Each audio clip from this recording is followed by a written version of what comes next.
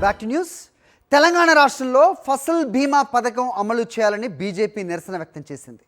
అసెంబ్లీకి రైతుల వినతి పత్రాలను తీసుకుని పాదయాత్రగా బయలుదేరారు బీజేపీ ఎమ్మెల్యేలు. అయితే బీజేపీ ఎమ్మెల్యేలను పోలీసులు అడ్డుకున్నారు.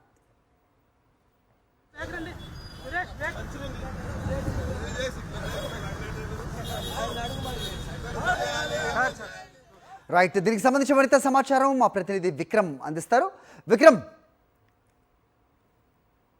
రాష్ట్రంలో పంటల బీమా పథకాన్ని అమలు చేయాలని చెప్పి బీజేపీ వినూత్నంగా అసెంబ్లీకి బయలుదేరింది. ఎమ్మెల్యేలు మనతో పాటు ఉన్నారు, వారిని అడిగి తెలుసుకునే ప్రయత్నం చేద్దాం. సరే, మీరు ఎందుకోసం ఈ నిరసన ర్యాలీ చేస్తున్నారు? అందరికీ అన్నం పెట్టేటటువంటి రైతు ఈరోజు అన్నమో రామచంద్ర అని ఇబ్బందులు ఉంటే రాష్ట్ర ప్రభుత్వం పట్టించుకుంటలేదు. ఇస్తానన్నటువంటి రుణమాఫీ రైతులందరికీ కాలేదు. ఈ రాష్ట్రంలో ప్రధానమంత్రి పంటల బీమా పథకం అమలు చేయమని రాష్ట్ర శాసనసభలో భారతీయ జనతా పార్టీ డిమాండ్ చేస్తే మొదటి సంవత్సరం 3,000 కోట్లు పెట్టిందో ఇప్పటి వరకు రూపాయి కేటాయించలేదు. ఈ రాష్ట్రంలో ప్రధానమంత్రి పంటల బీమా పథకం అమలు చేయాలని, రైతు భరోసా నిధులు విడుదల చేయాలని, రైతులందరికీ రుణమాఫీ చేయాలని ఈరోజు భారతీయ జనతా పార్టీ ఈ యొక్క లక్షల దరఖాస్తులను రాష్ట్ర ముఖ్యమంత్రికి ఇవ్వాలన్నటువంటి ఆలోచనతోని ఈరోజు అసెంబ్లీకి బయలుదేరాం. ఎట్టి పరిస్థితులలో రైతులకు ఉన్నటువంటి ఈ బాధలన్నీ తొలగిపోయే వరకు భారతీయ జనతా పార్టీ ఈ ప్రభుత్వం మీద ఒత్తిడి తీసుకురావడానికి ఈ యొక్క కార్యక్రమాన్ని చేస్తున్నాం. రైతు భరోసా నిధులను విడుదల చేస్తున్నామని ముఖ్యమంత్రి ప్రకటించారు కదా.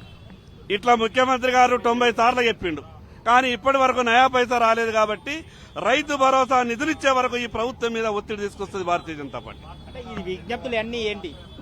గ్రామాన రైతులంతా కూడా మాకు దరఖాస్తులు తీసుకొచ్చి ఇచ్చిండ్రు.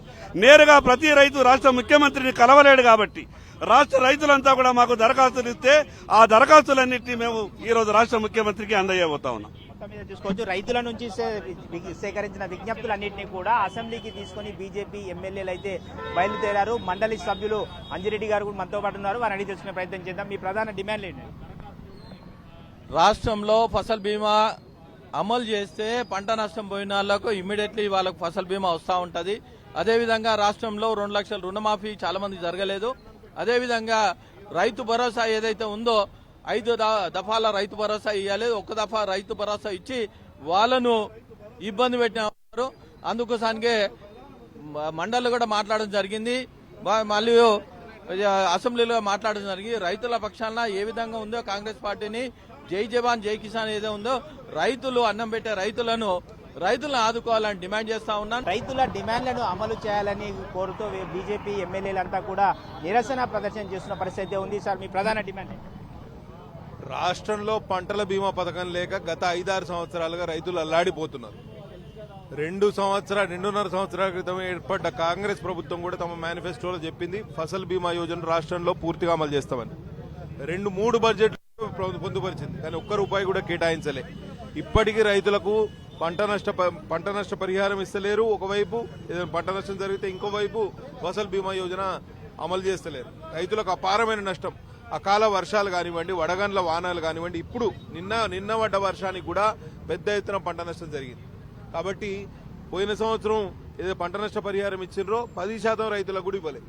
కాబట్టి ఒకవైపేమో పంట నష్ట పరిహారం ఇస్తలేరు, ఇంకోవైపేమో ఫసల్ బీమా యోజన అమలు చేస్తలేరు. కాబట్టి ఈ విషయంలో ఇక్కడైనా ప్రభుత్వం కళ్ళు తెరవాలని చెప్పి ఈ రైతులు ఇచ్చిన దరఖాస్తులన్నీ కూడా ప్రభుత్వానికి సమర్పించడానికి ఇవాళ అసెంబ్లీకి మేము పాదయాత్రగా బయలుదేరుతున్నాం. ఇకనైనా ప్రభుత్వం కళ్ళు తెరవాలి, లేకపోతే రైతుల ఆగ్రహానికి గురిగాక తప్పదు. రైతులతో కలిసి ఎమ్మెల్యేలంతా కూడా అసెంబ్లీకి బయలుదేరిన పరిస్థితి ఉంది. మొత్తంగా మనం చూసుకోవచ్చు, బీజేపీ ఎమ్మెల్యేలు అయితే రైతుల డిమాండ్లను అన్నింటినీ కూడా పరిష్కరించాలని కోరుతూ నిరసన ర్యాలీ అయితే చేపట్టారు. వీడియో జర్నలిస్ట్ శ్రీనివాస్ గౌడ్తో విక్రమ్, సాక్షి టీవీ, హైదరాబాద్.